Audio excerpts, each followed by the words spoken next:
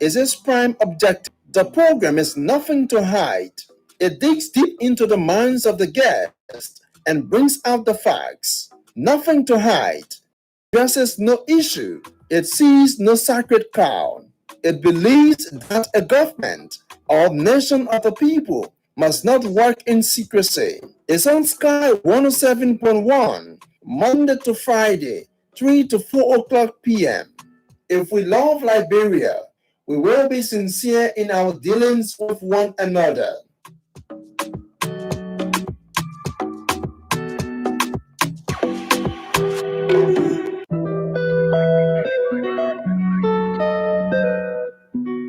It leaves no stone unturned. It asks the hard questions. It uncovers every secret that's worth uncovering. Liberia's upliftment is its prime objective. The program is nothing to hide. It digs deep into the minds of the guest and brings out the facts. Nothing to hide. It window addresses no issue. It sees no sacred cow. It believes that a government or nation of the people must not work in secrecy. It's on Sky 107.1, Monday to Friday, 3 to 4 o'clock p.m. If we love Liberia, we will be sincere in our dealings with one another.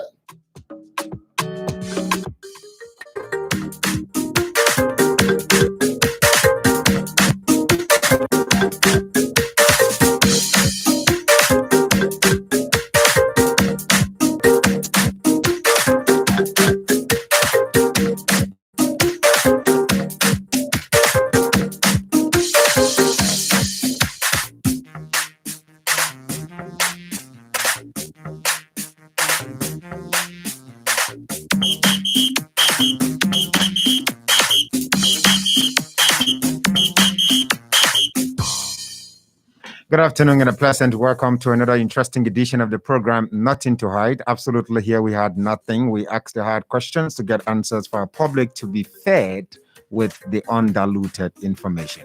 My name is Matthias Labindi. Today is the 1st of July, 2021, and it's a pleasure that we have with us today in our company the Solicitor General of the Republic of Liberia, Cllr. Saymah Syrennius Cephus. The argument about the establishment of War and Economic Crimes Court, it has increased to a certain level that has taken international stage. Back home, there's this discussion or suggestion to the president for the establishment of a transitional justice commission that will investigate, analyze, and review the Truth and Reconciliation Commission. Cllr. Cephus, who is the SG of the country, has weighing on that and is in support of the Transitional Justice Commission. What for? Is it not necessary for us to have a war crimes court in Liberia? Is it going to cause more troubles? What are your questions? What are your concerns? Follow us on YouTube, Sky FM and TV Liberia, on Facebook, Sky Communications Liberia Facebook page. If you're there watching us anywhere around the world, you want to participate after a halfway mark in the conversation, you can also join us, call us on WhatsApp, as well as Messenger. That's Cllr Liberia. My name is Matthias Labindi. I'll be right back after this break.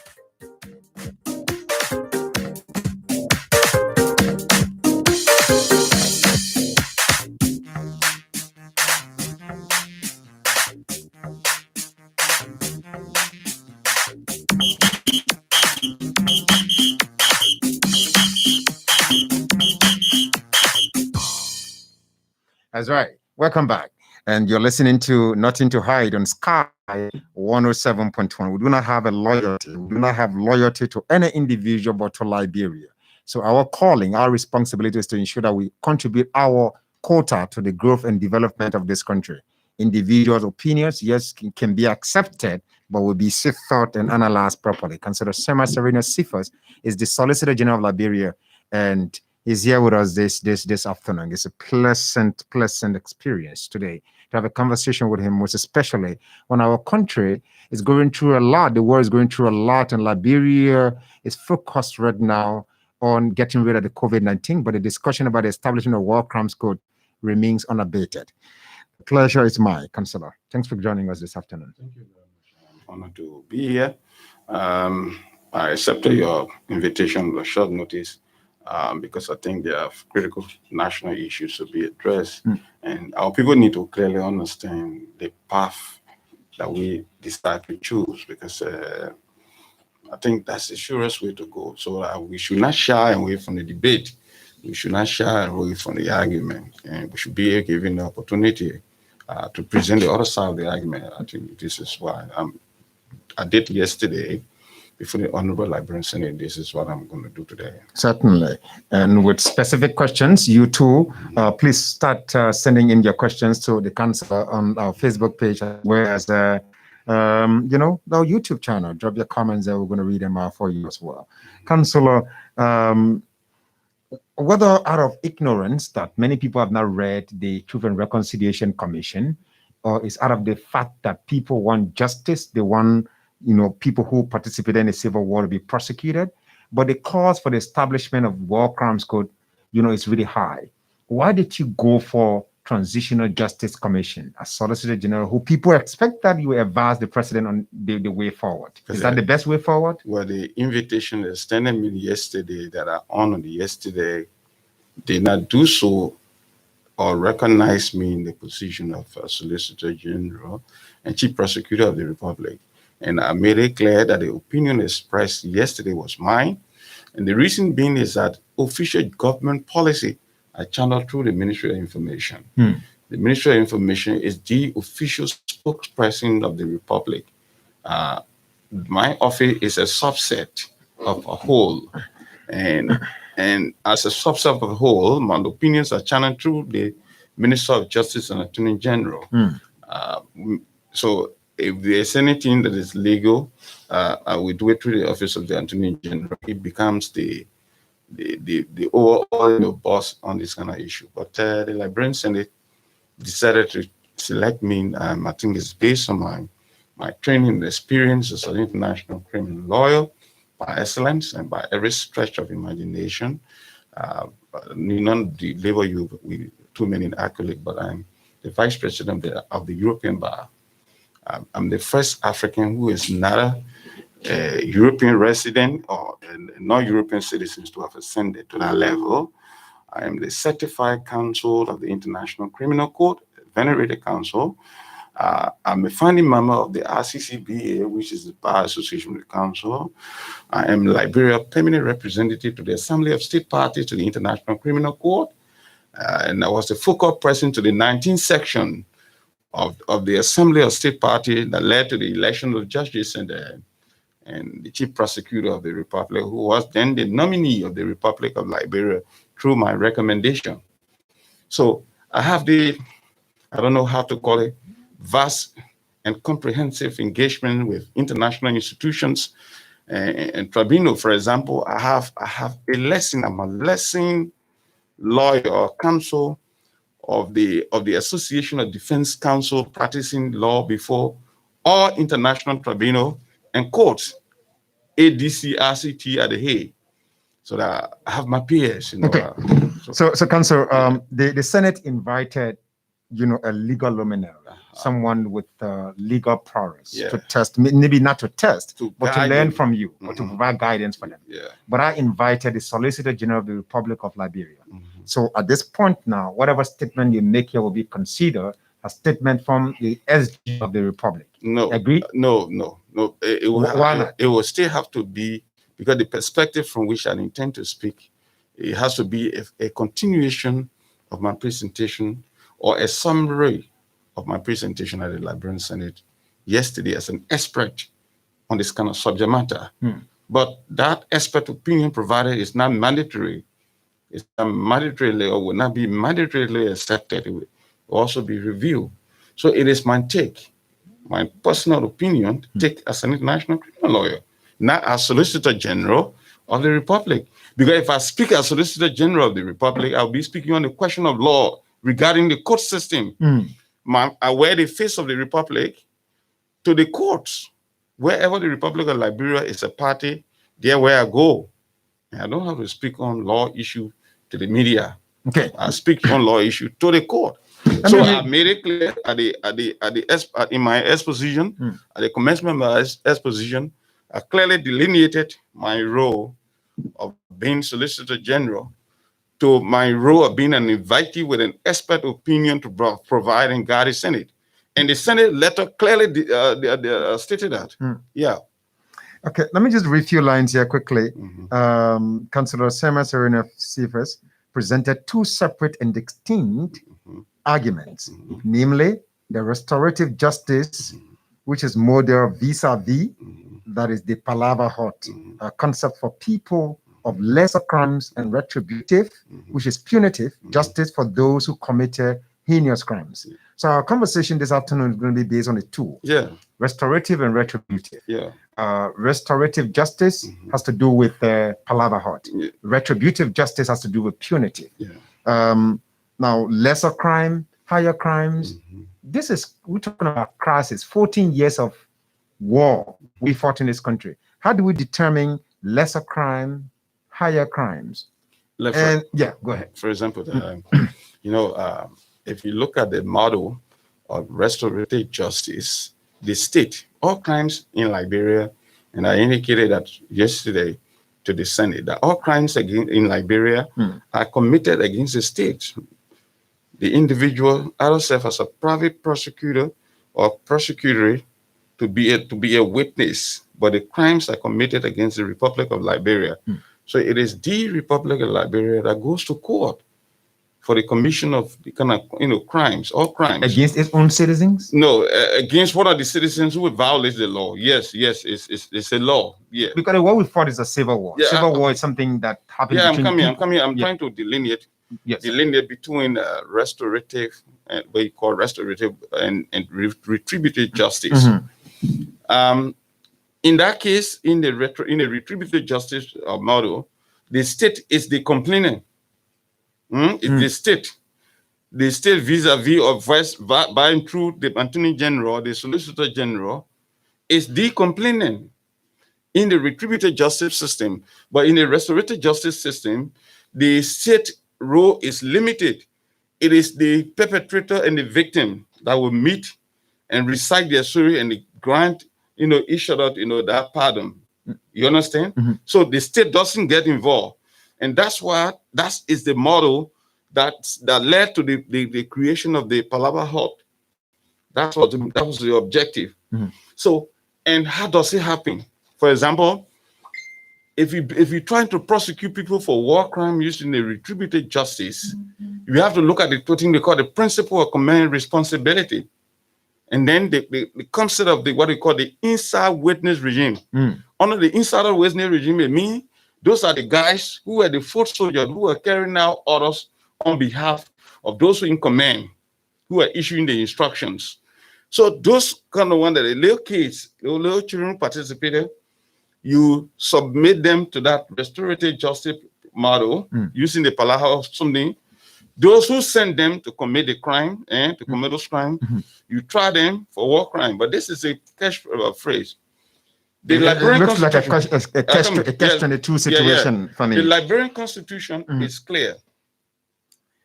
Under Article 57 of the 1986 Constitution, you can read the president is a foreign policy chief architect. He's the chief architect of the Liberian policy. What article did you say? 57. Okay, go ahead. 57, Article 57 of the 1986 Constitution. Go ahead. The president is a foreign policy architect.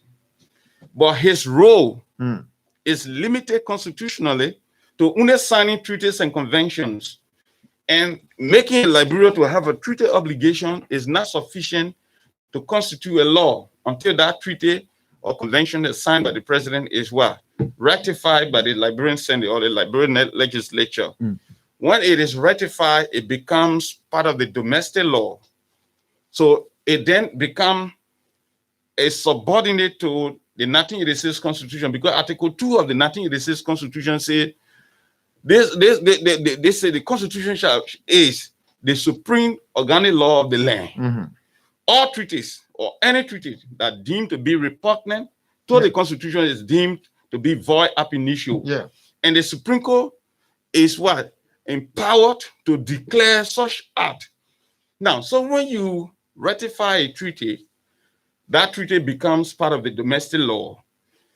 Under that treaty, you can establish a court, but the court will not be of an international character. And the reason being is that the reason why it will not be of an international character is because it has to, the treaty enforcement obligation has to be subject to the Constitution of Liberia, which is a supreme organ. And you understand? Now, the judicial sovereignty of the Republic of Liberia is vested in the Supreme Court. Under Article 65 and 66, the Supreme Court Article 66, the final arbiter of all remedial processes and appellate issues. So once the Article 2 regime, which says the Constitution is the supreme organic law of the land, under that the Supreme Court exercises three functions.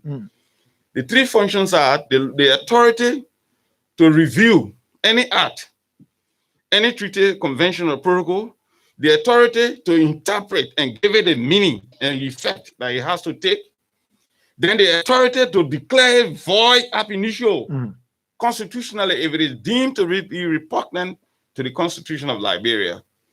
So let's start the argument. The treaty was ratified in 2004. By the ratification of the treaty in 2004, all crimes committed between 1990 and 2004 are not covered under the treaty. Not covered under no. So not covered under the treaty. That would be the because that would be Liberia, for example, ceded to the ICC by the ratification of the treaty in 2004. So Liberia commitment to the ICC started actually from 2004. So all crimes committed before that time are not cognizable before the ICC. But according to Article 2 now of the Constitution, which gives the president. No, not the president. The president is nowhere around in Article 2. That is 50. You talk about 57. 57 is the authority to direct and control and project the foreign policy objective of the republic is vested in the president. By the ratification of the treaty, does it mean that the power of the president cannot go beyond? No, the president has two functions on Article 57. When the president has two functions on Article 57, look it up. If the president signs a treaty, it's part of the power is to sign a treaty. When he signs the treaty, that treaty in itself is not sacrosanct, constitutionally sacrosanct or absolute. And there's a limitation to just signing. After the signing, it has to be subjected to the ratification regime by the Liberian legislature. When it is ratified by the legislature, and when any other person is arrested pursuant to the treaty on Liberian law, and that person is tried and convicted, and you understand, then, or for example, for the person to be arrested, part of the executive authority will be with the state, because that's where the office of the Attorney General, Solicitor General comes in. So it will be on the basis of the treaty enforcement obligation that it will come in. But again, because under Article 50 of the 1986 Constitution, the president exercises three functions. It's a commander-in-chief, it's a head of state and head of government. So as head of government and chief administrator of the state, part of the functions are dedicated to all public institutions and public officials. So like, for example, if the Solicitor General, based on the treaty obligation ratified by the Liberian Senate to become part of the domestic law, decide to arrest anybody pursuant to the treaty, the person will be acting, his conduct will be considered the act of the president, because that's part of the delegatory authority that is devolved upon him by law. But if the Solicitor General, for example, or the Attorney General, for example, see somebody drinking a beer, you just go and kick the table, that's not the act of the president, because that is ultra-virus. I mean, it's your own conduct. That interpretation of the law was provided in the case Wild versus Simpson. It's a 1935 opinion, 1935, 8L, page 365. So part of the duty of the government when the ratification is done is to now proceed and domesticate it. When it's domesticated, is subordinate to the 1986 Constitution. So if you were to establish a war crime code, it has to have a domestic feature. Such as one, subjected, it will be seen as part of the statutory laws of Liberia. And people will be tried, will be interchangeably applying all of, relying upon case law, precedents here and there. So that will not be significantly part of the law, it will not be significantly relying upon an international statute, but that will be You can even do a reception under the reception statute. When they call it reception statute, it means the government like Liberia can go to common law practice. I mean, the Supreme can go to common law countries and take a case law and usage in the ruling. Okay, so yeah, go ahead. You want to end the talk? I just want to come in quickly and ask you a question. Your scholarly analysis of the current situation in the country, could just fit in with some people. But I want to take it from a simpler perspective, right? Maybe outside of the law a bit. Now, according to the Constitution, the power is inherent in the people. Article 1. Meaning the president himself works at the will and pleasure of the people of the country.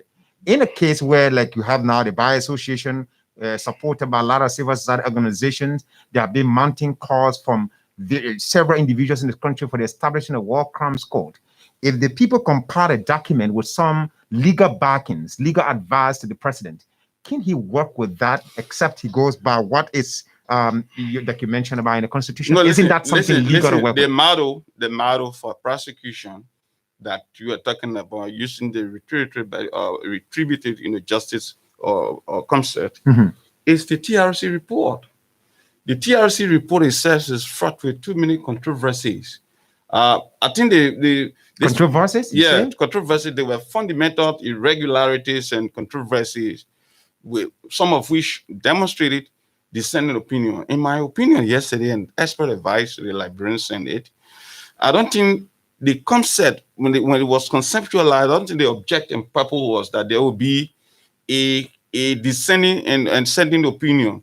But be that as it may, part of the issues that I stressed yesterday, the TRC was a quasi-judicial body which has subpoena powers.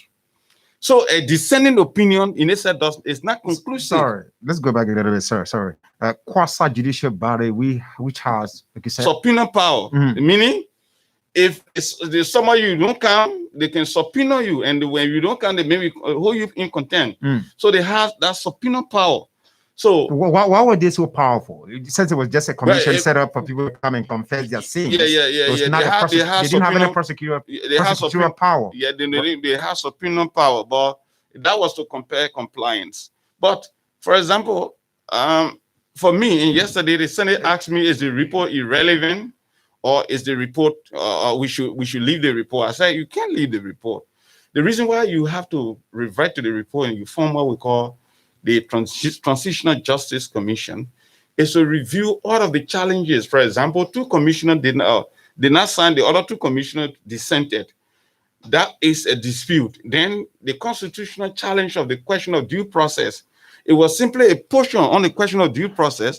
This is where I come in. If you read a summary of my analysis, you will notice I'm seeing the argument was certain people were not afford due process, for example, and were banned from holding public offices for 30 years, like Madame Salif.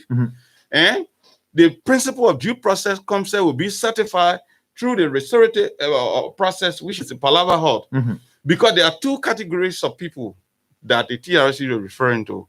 Those were the commission of the heinous crimes and those who were banned from holding public office for 30 years. Great. But let's look at the controversies you talk about. Now, you mentioned about the controversies. The TRC has done its work, and the final report was presented and is now public, which everyone knows about it. What are those issues and controversies you've referenced to? Just to list some of the... I said there was a constitutional challenge that some of the persons listed in that report did not even appear before the TRC. Then the TRC submitted or subjected them to a conviction for banning them, some of them, for 30 years. The TRC had a power to convict people? That was the recommendation. The recommendation was that these people should be banned from holding public office for 30 years.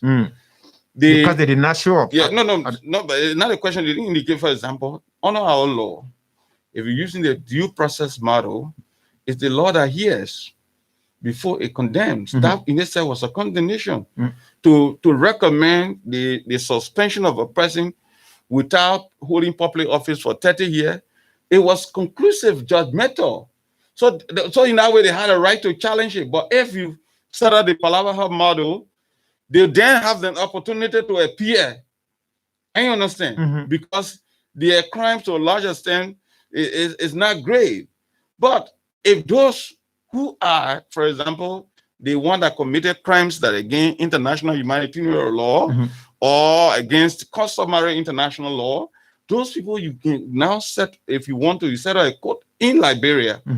In Liberia, consistent with the ratification regime of the ICC treaty, and then they try them under Liberian law. But there's another complication to this. What is it?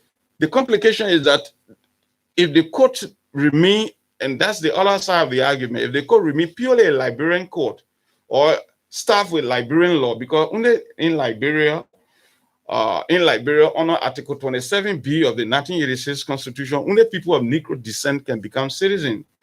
And only people who are citizens of Liberia can practice law. So if for some reason you were to create a court of an international character, you have to amend several provisions of the Constitution. And I will cite them, I will come to but that is the international court. Yeah, but if it happens in Sierra Leone, so that no. You see the problem? Most time I had many a time, and too often my friends from the ICC and I debate the issue. Nobody should ever conceive the Sierra Leone model. The Sierra Leone model is different. You know what makes it different from under Article 40, subparagraph 3 of the Sierra Leone Constitution, it says the president is the guardian of the Constitution and the territorial integrity as the one that execute all treaties. There's nowhere where treated obligation, or for example, treaty obligation is not sufficient a basis to form a law until it is ratified. Okay, so let's come back home now. You talk about International Criminal Court. If it comes in, as we're getting some... They can't come in because they are barred by the Rome Statute came into force July 1, 2002. Liberia ceded to 2004. From 2004 down, we can't even... Counsel, this sounds conclusive. Just like the way you're saying that the TRC concluded on something. It sounds conclusive that the International Criminal Court cannot come to Liberia because it's bad. First and foremost, for the International Criminal Court to come to Liberia, Liberians are absolutely limited with the engagement of the court because there's only one lawyer, only one, and that's me. I don't understand what you mean. There's only one lawyer. International lawyer? One lawyer. I don't know your definition. I know most Liberian definition of international lawyer. So what you've just read about your qualification and thing, it speaks volume to the fact that you go beyond, nations in practicing law. If you say only one lawyer in Liberia, what do you mean? Yeah, listen, there's only one lawyer who is competent, qualified to practice before the ICC. That person is me. And you are the one saying the ICC cannot come to Liberia. No, they can because they all of the commission of the crime form beyond, they are covered. Are you still speaking as an individual, or you're not speaking as a solicitor general? I'm telling you, I say it's not possible. Even for example, let me tell you, that would be an ex post facto law. They can't do that. But even give it as an expert opinion, as solicitor general, I have a problem with that on that particular question of law. Because if the ICC, if the ICC cannot come to Liberia, then what conversation should we be driving at this time as a nation? I suggested the two model, but I wanted to address something anyway. Go ahead, sir. Please go right back to that. Listen, that which you want to address. For the ICC to form an opinion, the ICC can intervene into in fact, it must declare the situation. I mean, the country as an ICC situation, and in so do under three conditions, and they intervene. One, if there is a showing that in the midst of the commission of the crimes here and there, the government is unwilling or is unable to act, the ICC, pursuant to Chapter 7 of the Security Council, may now be referred, or the issue may be referred to the United Nations Security Council. The second to is that they call it proprio mutu. The prosecution may proprio mutu. What is that? Okay, me on her own. That's why it means proprio mutu, me on his own. In code in a called sua mutu in Liberia, called sua sponte. The prosecution may sua sponte. Me use the Liberian language because we say proprio mutu, a bit difficult. On his own, may cause a situation. Then the last one is that the ICC may rely upon recommendations from civil society and international civil society. A case in point is a case involving the president of Kenya, the Uhuru Kenyatta, where the prosecutor was accused of lying down in the hotel and getting viewed, and then when he prepared an indictment. So, under those conditions, Liberia is not, because a crime to raise to the threshold of Article 5, and that's the expertise I bring to this table. Article 5 of the ICC or the Rome Statute lay out the number of crimes aggression, the crimes against humanity, genocide, and all these things. So it must raise to the threshold of Article 5. Now, for a referral regime that is vested in the Ministry of Justice of member state, is Article 13 and 14 of the ICC of the Rome Statute. In our case, we do not fall in any of the categories. So the only thing you can do, and the only thing that is being done, is that you can create a domestic court. You can't create an international court, because if you create an international court, you have to amend certain provision of the Constitution so that under Article 50, where I told you the president is the chief magistrate and chief administrator of the state, and 54, where the president, in fact, Article 54C and 54F grants the president the authority to appoint judges and marshals, lawyers as judges, and AFL personnel as marshals. They are appointed by the president. So for a court of that nature, you have to have Liberians who are judges and who are marshals. I'm still interested in the controversies of the TRC, but let me go back to something you said about the ICC, that in a case where the government, is unable. Yeah, when the country become a situation. What do you see now? Do you think our government is unable to do what? Establish the war crimes code or to prosecute people for war crimes? I said when the act is being committed and the government is unwilling, is unable. You think the government is unwilling? No, I'm saying when the act is being committed, not they carry out genocide, they carry out or killing people now. No. But have there been acts? Are there any acts committed in this country in terms of war crimes? To the best of your knowledge, do you think? So what do you think? The government is unwilling? And no, government is not unwilling. But listen to my contentions and my expert advice. Personal opinion again. Yeah, no, but I keep saying I'm an expert. At some point you said on the issue of the ICC coming. Yeah, I told you. Yes, multiple, and you don't want to commence a process. If the government expresses willingness to issue that. No, it's not only that. It's not only that. The crime has been committed. Some TRC report that Cllr and make the necessary correction. Dispute. What is conviction under the law? Because if you say convict, TRC was not a court in my mind, from what I see. But it acted like a court. If you ban somebody for 30 years, is that not a conviction? No, it's more than that. So what do we have from the TRC? Do we have somebody and the whole aspect of the TRC was fast planning? So they didn't even call you. They also sample views. You were sort of invite people suspected or who must have played part in the crisis. You didn't invite them. For example, the retributive justice model in favor of the restorative justice model. So how did the TRC arrive at the conclusion that the retributive justice, that indeed for this reason, let there be a TAJC to review? How did they? So what is the object? What do you think is actually happening behind the scenes? You think there are some pressure groups who think that their own ambition, their fingers? Because looking at what is happening, there are people even who, like the former chairperson of the TRC, Councillor Jerome Brother, he appeared as a witness. He spoke about the need for the establishment of the War Crimes Code. I'm even confused now than I was, because to talk about this thing is not going to come. The ICC is not going to come to Liberia. Forget about the TRC is full of so much controversies.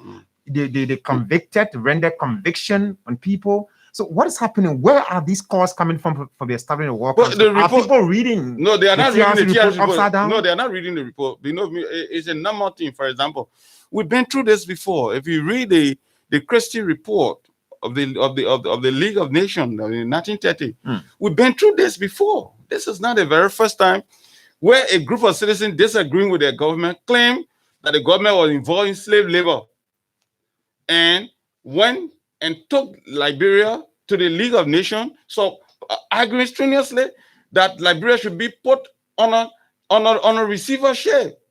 The people came and investigated and found no evidence. Liberia was never indicted or accused of slave labor. This is the same situation we're facing today.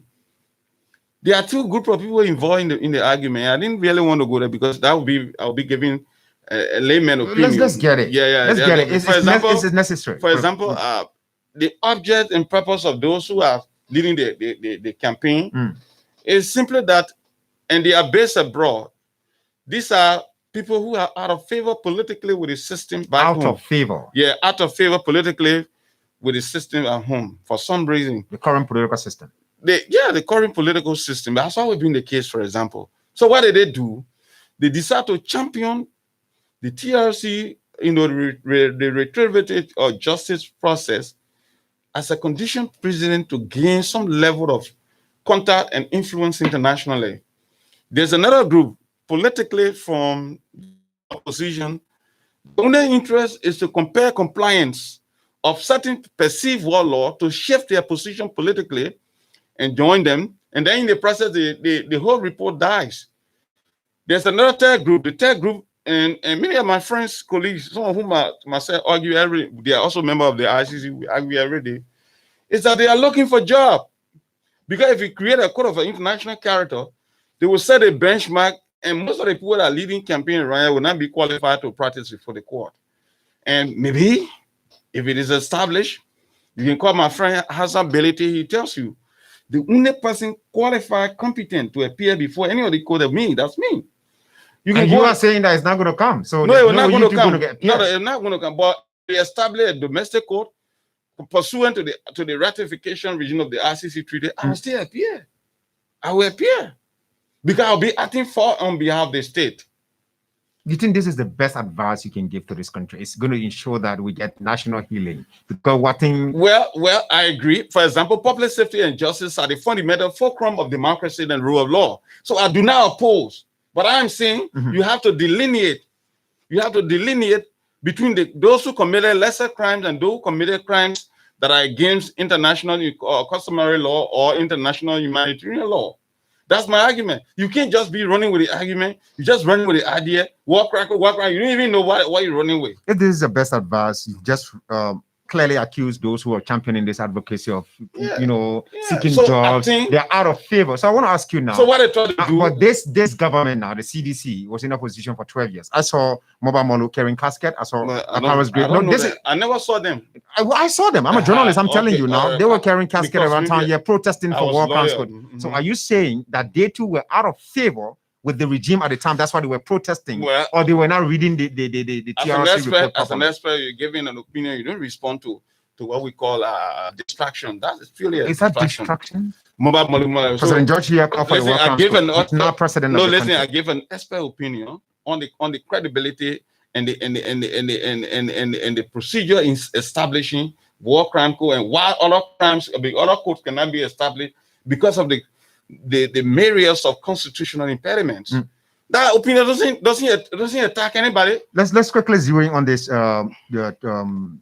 Transitional Justice Commission thing. Yeah, how is it going to put our pains, our sorrows on hiatus so that all of us can consider that moving forward? But the Transitional Justice Commission will not be a court. I know. The Transitional Justice Commission will only pick up where the TRC left off, review all of the things, synchronize them, and present a one position based on what the TRC model was. So after the Transitional Justice Commission should have done a critical review of the TRC report, make all of the recommendations, it is from there that the argument should start. The argument should not start when they are controversy. You can't enforce the TRC report or you accept any of the recommendation with all of these challenges are made reference to. Can you look at quickly the issue of conflict of interest? For example, Prince John saying he was part of the MPFL and so. Is that personal, sir? If you don't feel comfortable? No, I addressed that yesterday. Yeah. I addressed all the things I addressed that yesterday. I said, legally, yes, they can be a part legally. Because by the fact that they represent counties of the Republic, by the fact that they are reigning senators, and by the fact that part of their responsibility is to be up on committee to do what they are doing. That is part of their job. And I gave an example yesterday. I said, let's assume we find 50,000 carat diamond in Grand Cape Bank County, for instance. I don't know go ahead. So the government of Liberia decided to draft a law to protect the 50,000 Cllr or Diamond. Because the senator from Grand Cayman will say, no, don't come there.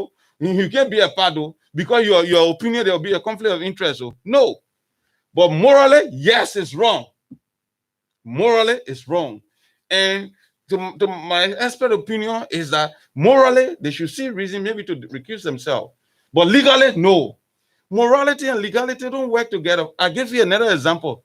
If you were to sue for action of debt in a debt court, and you prevail, and it comes to, for instance, the auctioning of the vehicle of the person that you sue, you also have the right of first refusal. Meaning, you should say you're not taking part in the bid to buy the vehicle as the man who is the winner of the case. There's nothing wrong with that. But you can take part in the bid legally, you can take part in the morally. People say, the major one will tell the maker why you want to join that thing now. We got to hold it there, Councillor Saymah Syrennius Cephus. You know, this whole war crimes code discussion now, I'm even confused than ever before. So, Councillor Cephus is the SG of the Republic of Liberia. He's here providing expert opinion on the establishment of the war crimes code, but he spoke on a particular issue as the SG of the country. He said he wants to be quoted as the Solicitor General of the Republic, that the ICC will not be applied here in Liberia. Yeah, the ICC, listen, let me not use the word, don't use the word apply. Say, the Liberia situation is not conceivable before the ICC. Okay, let me take that carefully. Let's hear from you now. A minute, please. Let's have a conversation. Got us in the numbers 0777 107, 0777 107, 0777 221 223, 0777 221 223. You know, this is a family radio program, so we entertain only respectful comments to our guest. Let's hear from this first person. Hello. Yeah, hello, Matthias. Yeah, good afternoon, sir. Let's hear you. Well, my name is Lamine Kemoka, calling from Dozing Street as my workshop. Go ahead, sir. You gotta be brief. You know, honestly, I'm more confused than you, Matthias, to be honest. What's going on? You know, they still try to get expert opinion, and you know, but honestly, that opinion does not come. You talk about we are catering for the war crime code. We are ignorant to the TRC or report. Then what about President? We are at the time when you are in the opposition, you are catering a riot for the war crime code. Was he ignorant to the TRC report? Is that why you're trying to tell? Okay, thank you so much, sir. Thank you so much. Legal matters, you need to really be careful. You see, the councillor is correcting me when I made a statement that it cannot be applied here. But let's hear from this other person. Hello. Let's hear you. You can also call us on messengers. Cllr Liberia is that medium you can use to call us on messenger. Let's hear from this person. Good afternoon. Or call us on WhatsApp 0777 221 223. 0777 221 223 or 0777 107. While your calls are coming in, Mervyn Destiny Harvest Power said, Mr. Journalist, are you an opposition or neutral? Please give the honorable mayor a chance to explain to the Liberian people. Oh, you people could attack people here. I don't know whether he. Do you feel safe? You feel protected, right? Listen, I feel absolutely protected. Okay. And the point I want to make before you go to your next caller is that for a court to be established to get the kind of international character our people want, many of our the side of the other argument want, it will require amending several provisions of the Constitution. But for a court to be established as a consequence of the domestication of the ICC treaty as a Liberian court, you don't need that. The part of the issue that what I was raising is that in itself may not be able to gender public confidence. So to do so, it requires a depth of diplomatic engagement to convince, and that's where the TJC comes in. Okay, let's hear from this person. Hello. Good afternoon, that's where the TJC comes in. Okay, let's hear from this person. Hello. Good afternoon, Matthias. Good afternoon, sir. Please go ahead. Be brief about it. Good afternoon to the Leader Councillor. Good afternoon. My name is David E. Harris, and I'm calling my resident this afternoon. Go ahead, Mr. Harris. Matthias, some of the reasons why I differ with the Leader Councillor is because she don't explain in detail. If you talk about controversial, some of the controversial will prohibit the establishment of war and economic crime code in our country. I think I was expecting to explain in detail. Okay. So the common people can know some of the controversial. Thank you. Lastly, yeah, Harris. A question to him. I want you to answer the question. According to source, he participated during a then President Cllr where he served as G2 officer. Can he clarify that? Yeah, he will certainly clarify. I think he's okay with the question. Yesterday, Council, would you mind, please? Yeah, listen, please, yesterday, let me just squeeze in this person. Yeah. Okay. Hello. Hello, Mr. Ross. Sorry. Yeah, please go ahead, sir. Yesterday, Senator Sir Joseph asked the question, "What was your role?" And it was just strange to me first. Look, June 5th was Tuesday, 1990. May 26th was Saturday, 1990. On May 26th, the rebel hit Buchanan, and the government troop came into Fighting while they were there. Tuesday, June 5th, the guys hit Rival Field. All took to flight. Everybody fled. When we came back to Fighting, the next time we saw it was that they bombed the RIA, the airport. So everybody ran. There was no way that you could come to like Monrovia. All ran towards Banga. We're in Banga. We stayed in Banga until 1991. 1991, I came to Monrovia because the University of Liberia was on the verge of being open. So I came to Monrovia. We passed through 15 gate, but they had it at Fendel. Came to Monrovia. When I came to Monrovia, I was working as a journalist for the first national pool. The records are there. Nabolo Singbe, that was 1991-92. Nabolo Singbe, Money Arab Captain. I was there working until my childhood friend of Sinter memory, may he so rest in peace, Alexander Kulu, came to town and asked me that we needed to establish a new Patriot Journal. We established a new Patriot Journal. At that time, Tia and other people used to shuttle between Monrovia and Liberia, and Monrovia and Banga. So we started producing a new Patriot Journal from 92, 93, up to 2002 when I became Presidential Press Secretary. The only opinion and that the Supreme Court has responded to, and I keep seeing it, called the Grateful Chief Justice, was written by me, 37 page 800. So you did not take part in the war. So the person they say here and there is absolute rubbish and nonsense. Please, let's hear from this other person. Councillor Syrennius Cephus just said he did not participate in the war. Yeah. So if being beyond the land constitutes a participation, it's absolute nonsense. And more than that, let them show you record of any invitation by the TRC of me. Okay. Are they now the TRC? Okay, that's right. Let's hear from this person. Good afternoon. Yeah, good afternoon, Big Brother Matthias. Good afternoon, sir. Let's hear you. My name is George P. I talk from the part of India. Let me say thanks again to the Solicitor General. He spoke very well, but we are still confused, and we trying that if he can engage the media, those of us who doesn't have a good audience, good understanding. You need to share that summary that what he meant. Okay. I gave a summary of my argument before they sent it yesterday. Would you mind? I can share it. Share it's public. Okay, yeah, I'll give you because it was a public hearing. That's right. Right. So I have Councillor Cephus' opinion here. But Mr. Dr. Dr. Barton-Cllr says Cephus has no power to conclude that the UN will establish a war and economic crimes court for Liberia. He's wasting his time. He went further to say, Sky Communications, these CDC guys think everything is about propaganda. They better put that war crimes code as suggested by the Americans. So what happens next?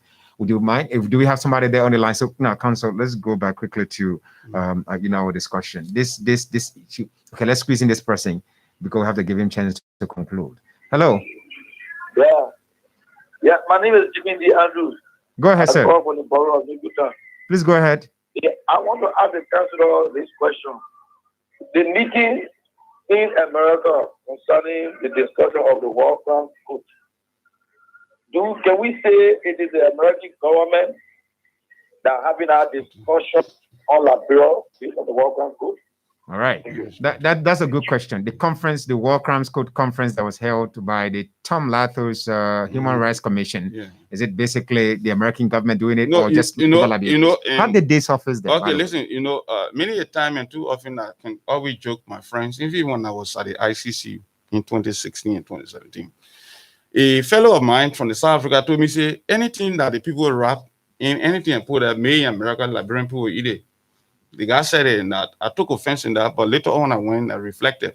You agree with him? Yes, but listen to this. The guys were making a case. They were making a case before the subcommittee of the U.S. Congress. What needs to be done? And I said it from the onset of my comment. I said, it's our time, or those who have the other argument, to go, because there were key fundamental questions that were asked that were not answered. The issue of the RCC involvement was also asked. And categorically, and this is where I got frustrated with Alan White, because I thought Alan White was well schooled in the law, but when he superficially responded, and I tried to text him to tell him that, you goof up. What the guys doing, what they did on that day, those who now have the other aspect of the argument must be given the opportunity to appear to explain. For example, I have told you that 82.6% of the population of Liberia overwhelmingly said they wanted restorative justice.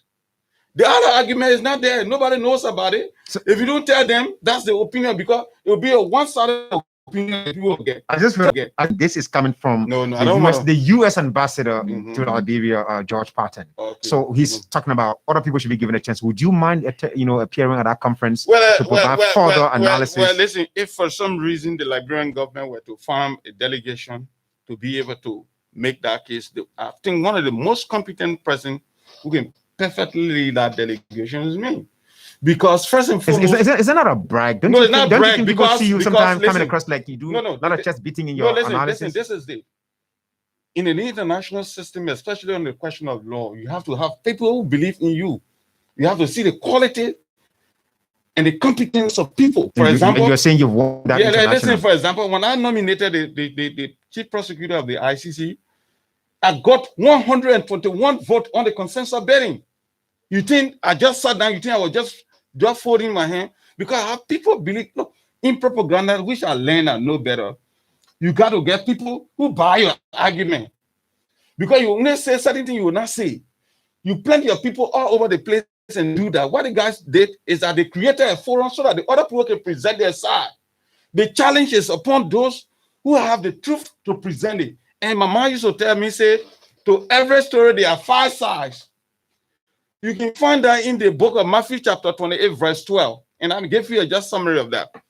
When Jesus was raising, Matthew 28, 12, when Jesus was raising from the dead, the security that were on duty, that were manning the tomb, they were to make sure that nobody goes there.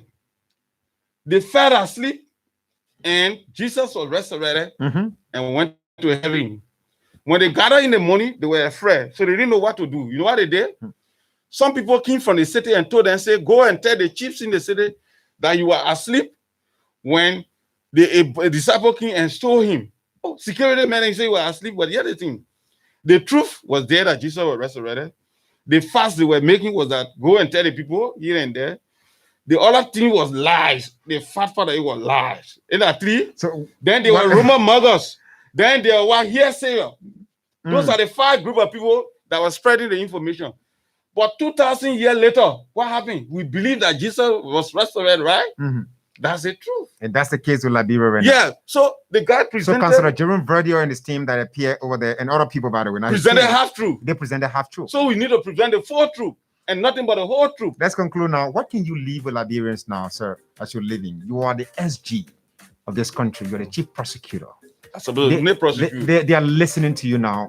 Okay, now they want to take something from Syrennius Cephus, Councillor Cephus, by the way, to go home and relax. That whether we have a war crimes code or not, but we're going to have something that's going to make us to relax. And even those that committed mayhems in this country will bear the penalty. Somehow. Yeah, what are you leading? What I want is that we should form the TJC. Let the TJC review the PRC report and analyze some of the 2 conditions, especially with the 82.6% of the population wanting a restorative justice.